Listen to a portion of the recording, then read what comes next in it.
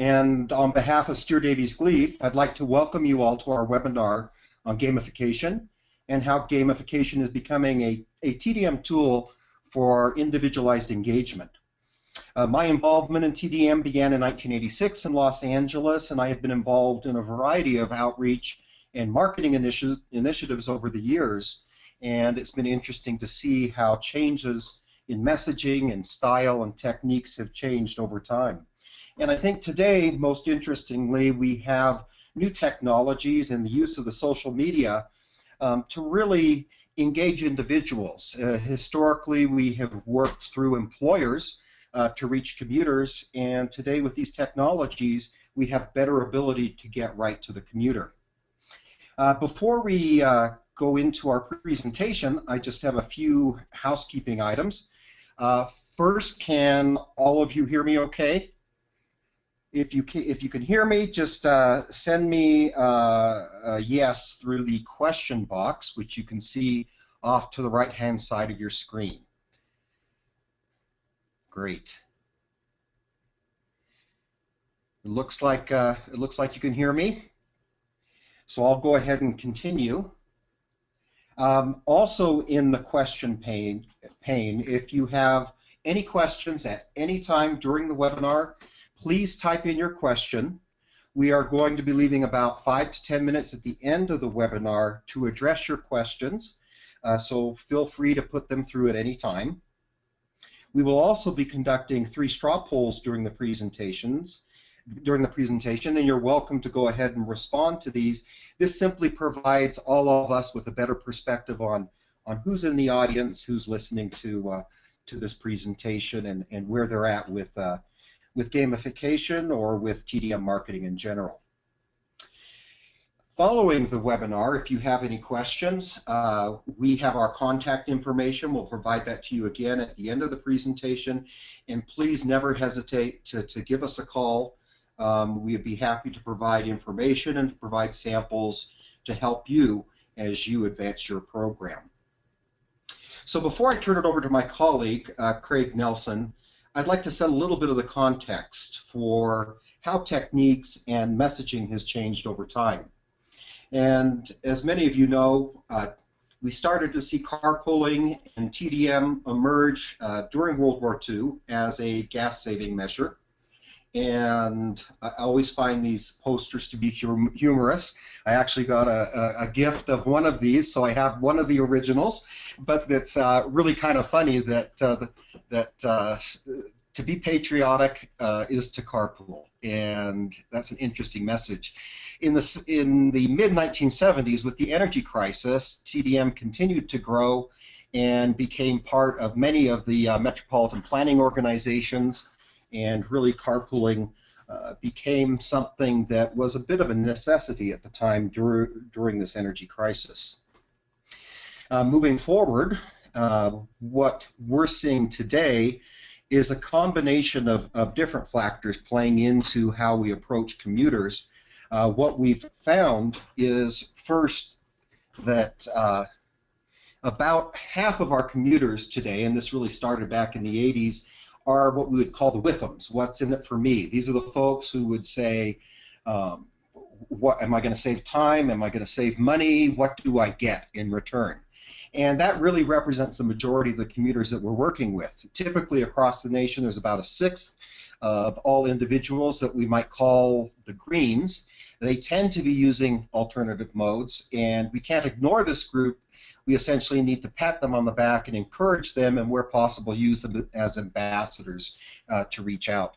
Lastly, there's about 1/3 of commuters nationally that really won't leave their car, and in many cases we need to target our resources to those who are willing to make change, not those who might be a hard sell. And moving forward, today we're going to talk about gamification and how it supports individual engagement. We're going to talk through how badges and incentives and other items can motivate behavior change. Even something as simple as earning a platinum level cyclist badge that you can put on your profile demonstrates that that you are doing something good for the community and demonstrates the level of participation that you have. Again, it involves incentives and prizes, and I'm going to leave it right there and ask a question of all of you. So our first poll, if you could all answer. The question is, does your organization currently have a TDM plan or strategy in place? So your response categories are yes, no, in development, or it doesn't apply to you. So if you could quickly answer that question. And once we have the responses, I'm going to be turning my time over to Craig, who's going to continue to tell you more specifically about gamification.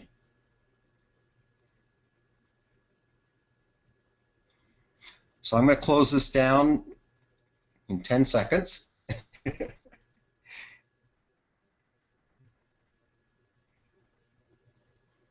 Okay, so let's see what the responses are. 63% of you have a TDM plan in place, 9% do not, and 9% of you have it in development, and 1/5 it really doesn't apply to. So we are speaking to a group of very seasoned folks, people who do have plans in place, and a good mix within our audience today. So with that, let me introduce Craig Nelson, and Craig will take it from here. Thanks very much, Stuart. Hi, I'm Craig Nelson. I'm the head of digital at Steer Davis Cleave. I'm currently in London, so we're just closing out our day, but it's a delight to be able to speak to you guys in the United States. So I've been working on gamification for about 5 years now, and we've seen the platform and the evolution of how gamification takes place really evolve. And what I want to do today is show to you how, through incentives, rewards, and friendly competition, it's possible to keep both the car driver and the cyclist happy. And hopefully this webinar will show you how. So what we're going to do is to give a brief introduction to gamification and digital engagement. We'll walk through of how gamification can lead towards goal achievement and the future of digital engagement and behavior change. We're going to be asking a few poll questions as well to keep you on your toes. So we'll look forward to asking you those. Okay, so what is gamification? Well, companies such as Nike, Google, Ford, they've all used gamification in various ways to focus their employees' minds, to motivate their customers, and engage with a broader audience. Companies such as Strava are taking it to new levels and creating real-time social leaderboards for cyclists around the world. Using your app, using your smartphone, you can track your ride, you can share it with other people, and you can win points and prizes for doing so. Gamification platforms tend to be online and in use by employers, TMAs, regional government organizations. Each of them will have an end goal in mind. It may be to kickstart modal shift, to raise awareness of alternative modes, to build team spirit, or to create a healthier population, both at work or in the community. Gamification will use traditional game mechanics such as points, badges, and importantly, leaderboards to implement underlying engagement models. Leaderboards are great for the competitive people out there. Sometimes they work, sometimes they don't. But we'll show some examples of how they've been used. So what is gamification? Well, from our experience in the transportation sector, it's only recently that gamification has been used to encourage behavior change. So using game mechanics and supported by marketing communications, online challenges have been used to help, incentivize, and motivate staff to try alternative modes. We feel there's an excellent way of highlighting just how expensive single occupancy vehicle travel can be, and just the huge mileage that a single person can accumulate. They're also used to improve staff health, just to show how many calories can be saved on burns, as well as carbon emissions. So the challenges that we've run, interestingly, we found they've had an impact on team spirit within employers. People like to go up against other companies and departments to try and ascend to the top of the leaderboard, win that coveted #1 prize. But you have to bear in mind that there are other people who may be trying alternative mode just for the first time, and you should be looking to reward those guys as well. Spot prizes, online badges, and medals, they're all really important. And as I just said, it's important to reward people that try alternative modes at least once. Log one trip online, and get themselves on the leaderboard and enter them into either a prize draw or just give them a really simple prize such as a water bottle or a gift voucher just for taking part in the competition. Winning teams are really important, especially when you've got using employment-based gamification challenges. Make sure you have a leaderboard, make sure it's clear what teams are winning, and give them medals, award them. So how does it all work? Well, there's lots of different types of challenges for gamification. They tend to be regional, local, or employee focused. So they may cover a wide area, a very focused area, or they may take place within a government organisation, within an office, within an employer. They tend to either focus on single mode challenges, so you might have a bike to work challenge, or in our experience more appropriately, a multimodal challenge. These type of challenges will really depend on the project goal, what you're going for, what your aims are, what you want your staff or your overall population to achieve. Timeframes, we have a few that are running the whole summer at the moment. In the UK, as you can imagine, summer's the best time for a bike challenge because during the winter, no one really wants to cycle. So do it when you're going to capture your audience, you can support their new shift to a new mode and reward them for doing so. It's important to use marketing and communications. Support the online system with traditional marketing efforts. So reach out to people through posters, through flyers, that type of thing. So people are made aware of the website. Face-to-face communication is great. Social media is very useful, but it's still very important to use face-to-face communications. So prizes, well, it's very simple. The way that we do it, you log a trip, you get a point. You build up your points and you can win prizes. We have tried mileage-based point systems, but they really tend to track the hardcore cyclists, people that just rack up loads of miles. So it's important to bear in mind who your audience is, who you're trying to attract, and who you're trying to try a different mode. So onto the kind of technical side of things, we feel that it's important that there are two key aspects to gamification. So for a gamification platform, a participant will need to have access to a personalized dashboard to see how they're getting on within their organization, to allow them to set personal goals, to get in touch with other participants, and to read interesting blog posts of people that are trying new modes. And then there's the other side of the coin, which is the administrator, so the guy that has to run this program.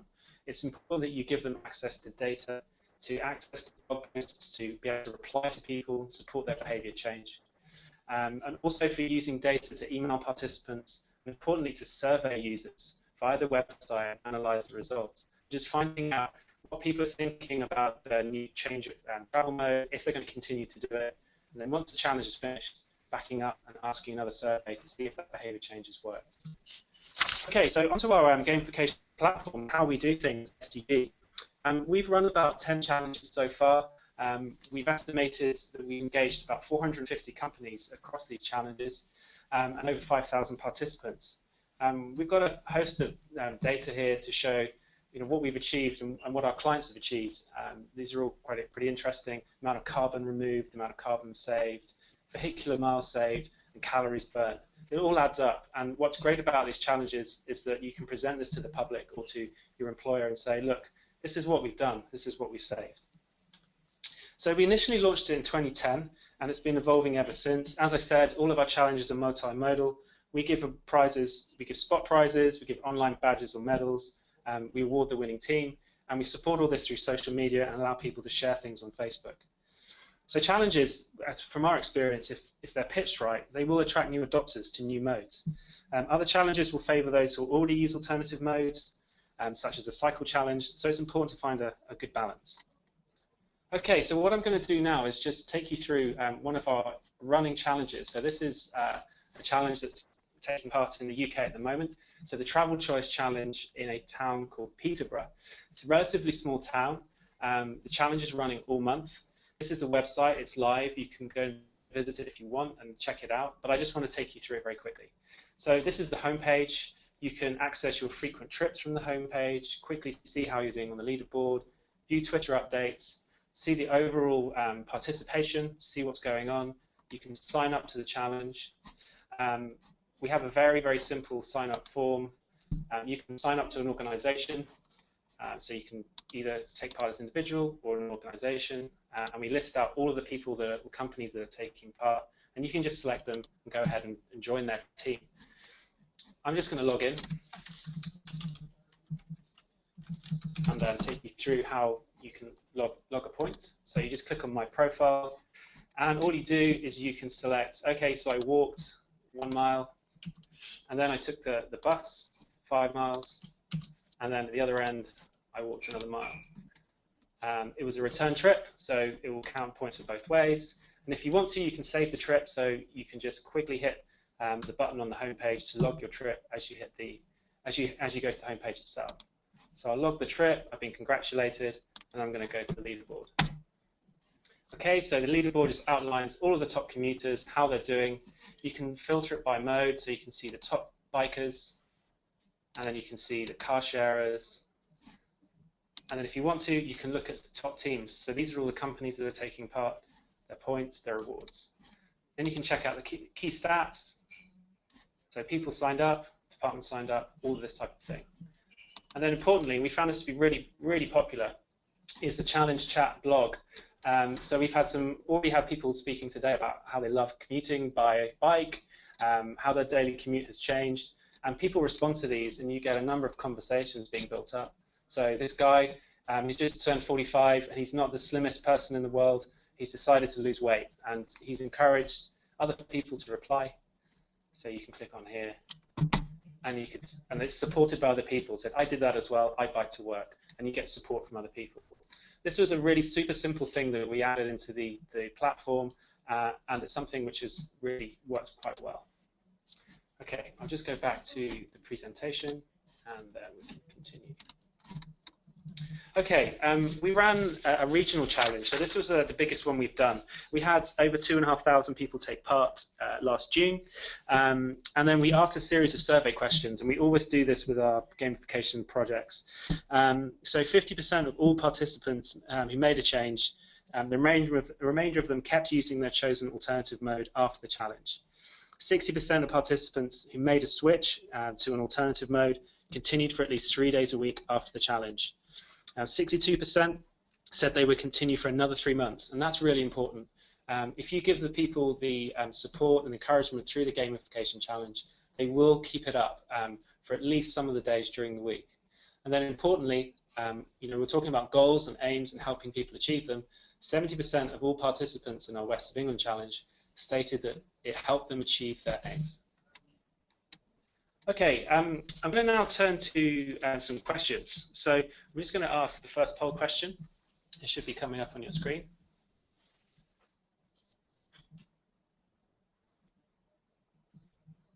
Okay, just to get an idea from the audience, are you aware of what gamification is?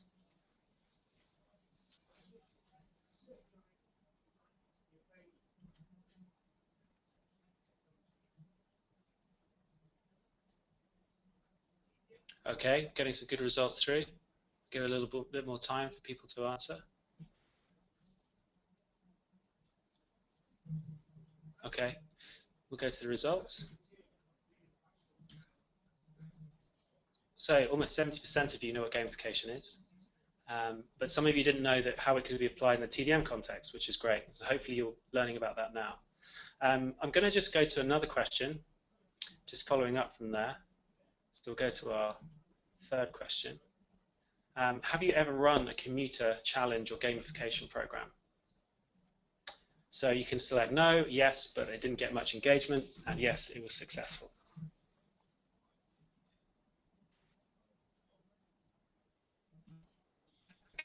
Results coming in. It's exciting. Okay, share the results.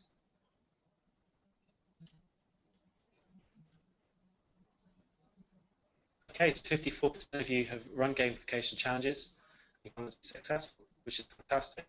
It's good stuff. Okay, let's move on. So I'd like to talk you through a project that we worked on in the United States with a large employer in Silicon Valley. I have to keep this project confidential as we ran it internally, but I just want to give you an overview of how how this actually helped to achieve people's goals. The main setup for this challenge was the client wanted a new way to engage with employees and to promote the various alternative modes they provide. So they provide a host of great stuff such as rideshare, shuttle buses, all different types of things. And they were kind of struggling to market this. So we helped them develop the online platform and also the offline communications and marketing strategy.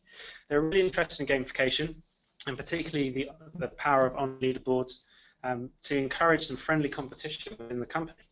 Between people and also between departments. They knew they had a nice base of cyclists and walkers and transit users that they could use and turn into ambassadors. So we encouraged them to engage with those people and say, hey, why don't you encourage your buddies to bike to work with you one day, show them a good route, that type of thing.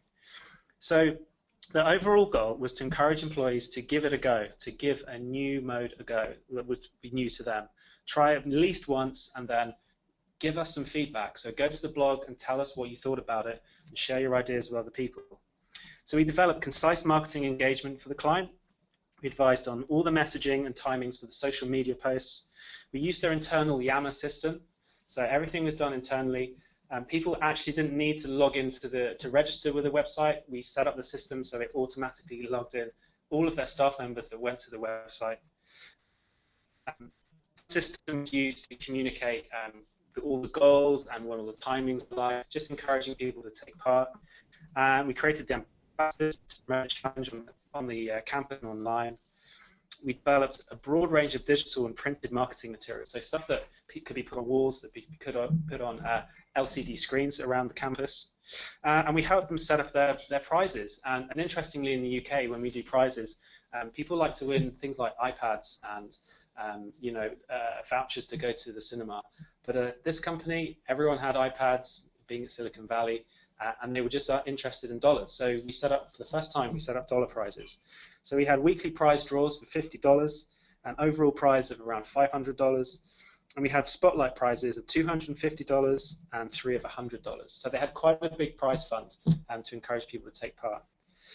We also attended a transportation fair to promote the challenge and collect feedback from people, so show the system, get them encouraged to start up. And also, we just provided them with ongoing support throughout the period. So how did we do? Well, we got 230 people to sign up, which the client was really happy with. That's 50 departments within the company took part, over 50,000 calories burned, 53,000 carbon emissions saved, that's kilograms, and over 132,000 car miles was saved during the program. So the idea was that people gave up their single occupancy vehicle trip and swapped it out for another alternative mode. So here's some of the marketing that we produced. We provided all this to them so they could print out, put it around the campus, use the strong imagery of the sneaker, and the sneaker came in different colors so they could have some variety, and used the main tag of make your commute the best part of your day. And here's the kind of the digital and printed materials that went around the campus. So you can see the digital screens there with the materials, and also the more printed traditional focus, and they were put around the campus to help promote the challenge. Okay, so this was a transportation fair that took place in the sunshine. They have this once a month to promote alternative modes. So you can see there was a barbecue, there was beer, there was bikes. I don't think they let too many people on the bikes after too many beers, but it was really exciting for us to attend this event alongside other suppliers and to show the gamification platform to some of the employees. So in the top right-hand corner, you can see 2 of our employees engaging with their employees using iPads and laptops. And if you came along to our demonstration, you got some goodies. So you got a free headset for your iPhone, or you got a water bottle. So we said to them, if you want one of these cool things, you have to take part in that demo. And that seemed to work pretty well.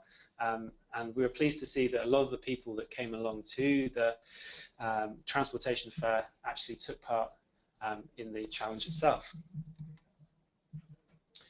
So this is the most important thing. So it's getting the feedback from people and getting an idea of what they think of the challenge that they took part in.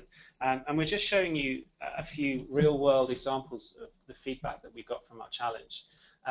they normally focus on a few things. They focus on people that are trying to maybe to lose weight, people that are trying to improve the environment, people that are trying to save money, people that just are interested in giving biking a go. Never thought it was possible, never thought that they'd be able to do it, but because they're taking part with a wider group of people and in a broader challenge with their buddies, with their colleagues, they get their behavior reinforced, and they find that they're taking part in a much bigger thing. So, there's a few quotes here. There's one person here who normally cycles to work, but really liked the team spirit that got added into the equation. There's one person that really liked seeing the stats, seeing how many miles they traveled, and how much CO2 they saved. They found that fun. And the other person was interested in the fact that they got to share his experience with others, to join in and see what combined outcome that they could all achieve. So from the challenge that we did in Silicon Valley, we ran the blog that I just showed you that we were running in Peterborough. And I just wanted to share with you some different types of feedback that we got. So Sarah, up the top, she set herself a challenge to try as many new different ways to work, commute to work as possible. So she tried walking, carpooling, driving alone, all of these things, and she was asking how she could complete the deck by borrowing an electric vehicle or a motorcycle, because we just offered all of these different modes to people to log trips. Senthil, he really in fact enjoyed the fact when he was carpooling, he could share stories, maybe have sleep, and then also the satisfaction that he got of saving gas mileage, all the tolls. And again, he was saying how he likes to share the experience, finding out what people did at weekends. So it's opening people's eyes to what carpooling can be all about and what biking can be all about. So another couple here, Beth, she was really, really happy with the fact that she built up so many calories, she burned so many calories, she'd saved so many carbon emissions. And she really liked the fact that she could work as she rode to work, read books on her Kindle, especially with others. So she was really impressed with that. And the final quote that we got, feedback, was a thank you for the challenge from Beth. And she was hoping to win it. I think she did in the end. But again, she just reinforced the fact that she saved all of this money and she told everyone about it. So if you're going to run challenges like this, make sure that people can have a voice, either on a blog or via social media. Run a Facebook page or use your existing Twitter feed. It's all really useful to help spread the word about the challenge, and importantly, if you're looking to run it for a following year, it's always great evidence to show, look, this is how well we did, this is the type of person that took part, we should run it again.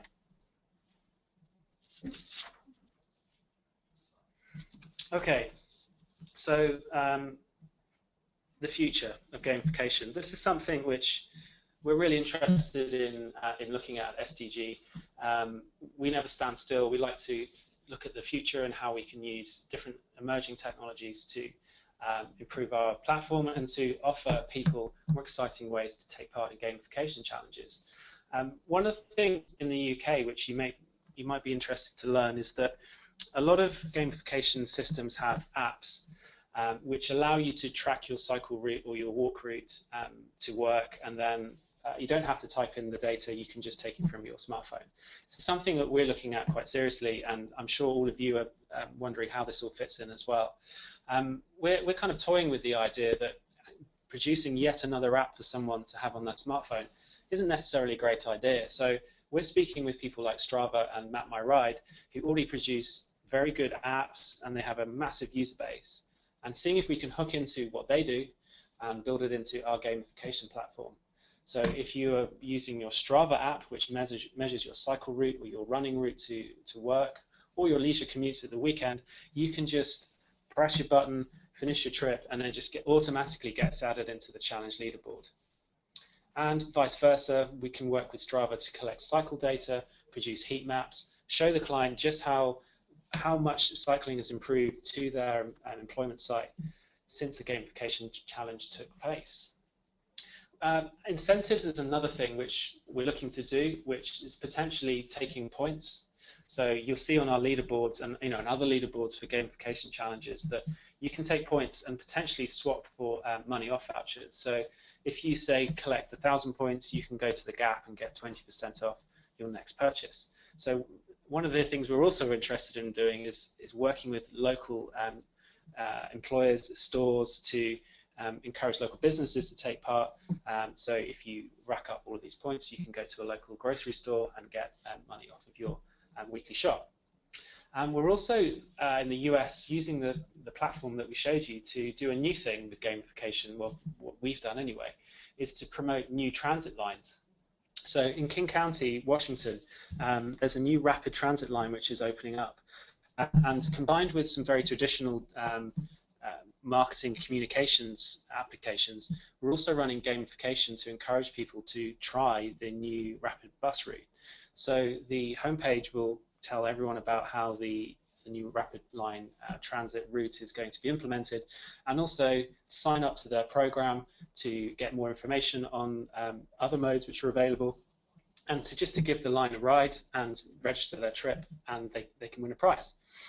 So it's a way of launching a new transit line. And you could do the same thing for new cycle routes and that type of thing. As I've already mentioned, we're going to look to integrate all of things like Strava and Map My Ride into the website and incentivize and reward that way. We think that's quite exciting. And another project that we've been working on is to use the platform for employee trip logging administration. So you could run this system internally. We've been working with a hospital in Los Angeles, where the staff on a daily basis or on a monthly basis can very quickly, via an online calendar, just log their trips, and then they can swap out their points for incentive prizes.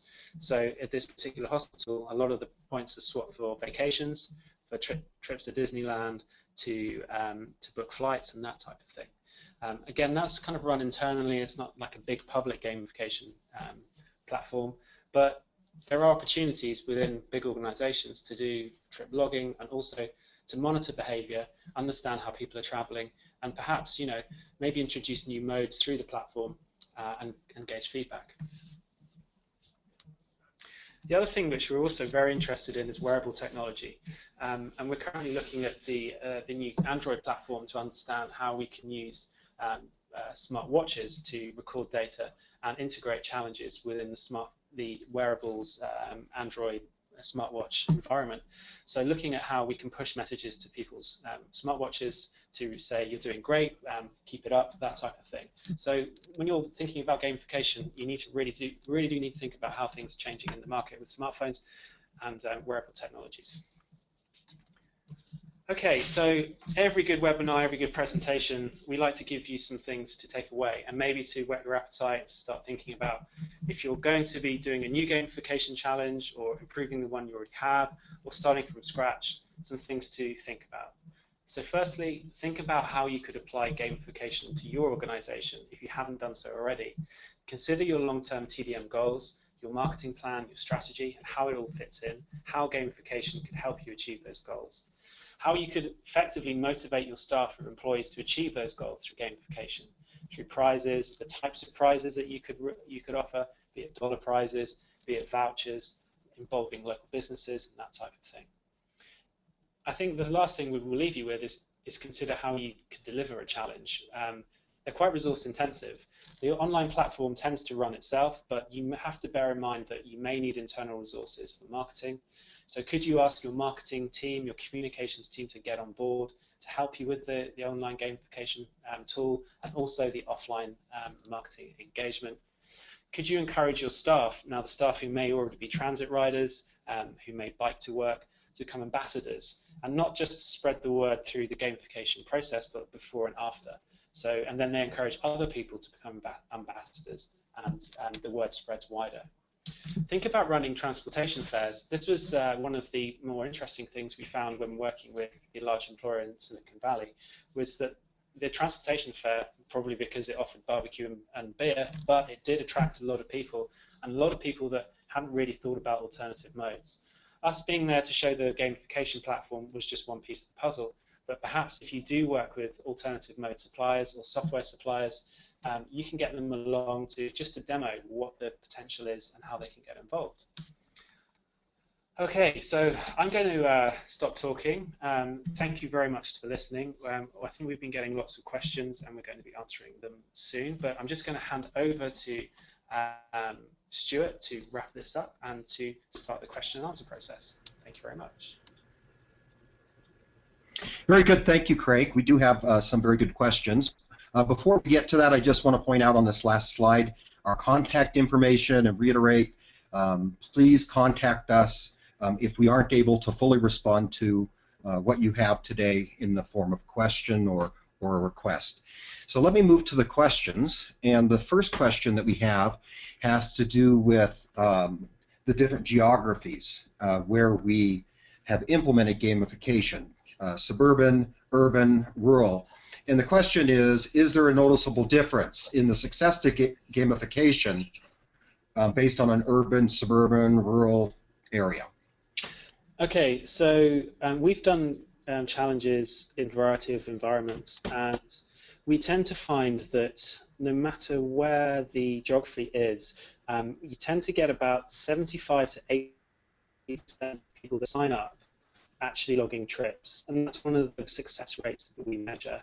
So you could get a bunch of people signing up, but the measure of success is how many people actually then log a trip, and then your follow-up survey is, okay, so now you've logged a trip, did you continue your behavior? The employer-based gamification systems projects that we've delivered have had a much higher kind of participation rate, and because you've got more of a captive audience, and it tends to be, if you're working on a campus, a lot easier to manage and to market. The West of England trial we did covered a huge area, and that gamification event was successful, and we had 80% of people who signed up logging a trip. But it's very difficult to get out to all of the employers to tell them about the challenge. You can have as many online resources as you want, but it's important that you do get some face-to-face time. So, yeah, I would say it's more complicated to focus on wider regions with a mixture of geographies, but if you do want good success, and employers tend to be the more successful. Very good. Moving on to our second question here. The question is it important to give attractive prizes in order for gamification to work? And if so, won't the participants revert to their old habits as soon as you stop giving prizes? Before I pass it to you, Craig, I just want to point out one element that I feel is quite important. When you look at the gamification tool and you look at the different offerings that you have, it is important to define what are the try incentives, what's going to get people to use it for the first time, what's going to bring them to this particular program. The second set really are those maintenance incentives. What do we need to provide? And in many cases, if we provide too much in the way of incentive, there could be some challenges. So, Craig, I'm going to let you take it from here. Sure. Okay, so I guess there's two types of incentive. There's the material incentive, and then there's the incentive of being on a leaderboard or having your name on a blog, or have your name drawn out of a prize draw. We haven't really seen. So the West of England, I'll come back to West of England, where we had some really good results, where people kept on doing their, kept up with their behaviour change, and the prizes weren't big. There wasn't a huge budget to give big prizes.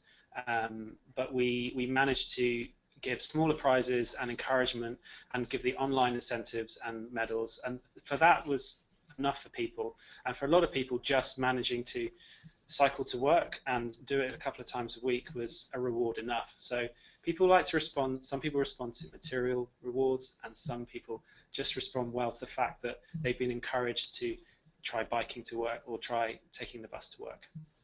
That's a good question, though. Thank you. And Craig, what age group does gamification appeal to most? Okay, so we do age profiling as well from the results that we get back, because we do like to ask people when they sign up what age they are. From the West of England challenge, off the top of my head, it was a mixture of 24 to 35-year-olds were interested, and then also we had a bunch of 40 to 50-year-olds who took part, and a lot of those were cyclists, and a lot of the younger folk were either had their own car and they wanted to save money, and they decided to either give the bus or the bike a go. But you'll find with the challenges that we've done, you get, I say, the highest percentage in the UK at least is people who are driving and they wanted to give biking to work a shot. Then after that, it's normally giving transit a go. But as we run them, we tend to run them during the spring or summer. We tend to go for people will tend to give cycling a go. And just a time check, we have about 9 minutes left for our questions. The next question is, seems like getting the critical mass of people participating is a key component in the success of gamification, but what if no one participates? That's not something we've actually had a problem with, but I get your point. The key thing is you have to get people to sign up before the challenge starts. And what we found is that we've done a mixture of marketing campaigns where we've started to promote the challenge about a month and a half, maybe 2 months before it starts. And through Google Analytics, we can monitor sign-ups to the website. So we put advertisements on the sides of buses, all over the place, at least 2 months before, and people weren't signing up, but they were going to the website and seeing what it was all about. And then you kind of get this shock. It's like, oh my goodness, no one's signing up for the gamification challenge. But then the day before and the day it launches, you just get this huge influx of people signing up. So they tend to wait. So what we don't do now is we don't spend a huge amount of money promoting the thing 2 months before. You can do it about 3 weeks before and you get the same result. It doesn't have an effect on participation. But yeah, if no one participates, you haven't got a gamification challenge. But touch wood, we haven't had that issue as yet. But thanks for the question. Craig, we have 2 questions that kind of go back to the geography. The first is, would it be helpful in doing a regional transit TDM approach? In the case of a city like Chicago, can we do this on that wide a scale? Sure, that's possible. When we developed our platform, we made it scalable, so it will work for a single employer who may have 5,000 employees, and it can be scalable to a region, such as a large city like Chicago. As long as you can hook it into, if you've got an existing social media account that you can promote the challenge through, so you've got a captive audience, so you've got a large amount of people and who are following a Twitter feed. So it might be a transit Twitter feed where people are following to get updates on transit. You could push a message out to the whole city saying, hey, we're doing a challenge. And as long as you've got a decent website and you've got a decent approach, the sky's the limit. But you just still need to remember that the wider you go, you have to watch your marketing budget and make sure that you do use social media more, and have a really good way of contacting employers. You may already have an existing list of those employers that you can get in touch with just to let them know about the challenge. But yeah, it's scalable. And then on the scalable question, taking it to the other end, how does gamification work at the employer level? Yeah, it works well. We've done the one sole employer gamification challenge, as I showed you, which was up in San Francisco, and that was a bit of an experiment for us. So we think it worked quite well. I would say that the project that we did up in San Francisco, they didn't do enough on the ground marketing. We did the transportation fair and we had a few signs here and there, but I think they focused too much on social media, where they had a really good opportunity to use the ambassadors more to speak to people face to face. But I think they just had the ambassadors working on Yammer to spread the word. But employer level is fine, and then you can take it a step wider, such as Peterborough, which is employers going against employers, and you've also got the individual challenges as well. So you can have 2 leaderboards running at the same time, and then you can drop down one level further, and you could have 2 departments, 3 departments within a company competing within each other within the company. So you could have HR going up against finance, going up against marketing communications. So if you have, if you use databases correctly, use a simple user interface, you can get the gamification challenge working on a lot of different levels, which is fun. Great. Craig, we're really limited on time here, so I'm going to do some rapid fire questions. Sure. The next one is for you as well. How do we avoid having to send incentives by email? How can gamification streamline that? Okay, so with regards to sending people incentives by email, what we've done with key prizes is if we run events. So there might be, so in the UK we had one of our clients had a national bike race came through town, and we organised a stand where the winners came and collected their prizes. Because it was a local challenge, it was pretty easy to do. But I would suggest that you can email vouchers to people. So if they win, they can get a cinema voucher, which can be emailed, or a hot link to a company to download it, or at the other end of the scale, running events is pretty cool as well. You get some really good press from those too. Okay, great. We won't be able to answer all the questions because we have quite a few that are coming in, but let me try to see if we can answer at least one more question Yeah, that's fine. Before we move it on. Let me see here. There's so many good questions. They're all really good. Yes, it's hard to pick. Let me ask this question. How can we make the sign-up registration forms quicker and less cumbersome when running a regional commuter challenge? Okay, so this is one thing we run up against quite a lot, and what we tend to do is be very, very polite with the client and say, please don't have a very simple, very complicated sign-up form because people will not take part in the challenge. The longer you make your sign-up form, the more people get bored and they don't want to complete it. I would recommend that if you want to do quick sign-ups, you can use things like Facebook Connect or Google+. So people who already have some form of online identification can use that to hook into the platform. We have done that in a couple of places. We use Facebook Connect, so you have the option, either you can sign up using this form or you can use your Facebook account to log into the challenge. And as I said, we're going to start using Strava as well, so you can use your Strava account to log in. But if you do need a form, make it simple. When we worked with the large employer up in San Francisco, we managed to get rid of the form altogether. The client said, we don't want a form. So we devised a way of hooking into their internal security system. So if they logged onto the website from their if they're at their work computer or their smartphone, they're just automatically registered. And that helped get more people to sign up. Great. Well, we're out of time. As I mentioned earlier, we will respond back to you individually on any questions we couldn't answer today. And please remember our contact information. You're welcome to follow up with us. Again, if you have questions or desire some samples, we can certainly provide that to you.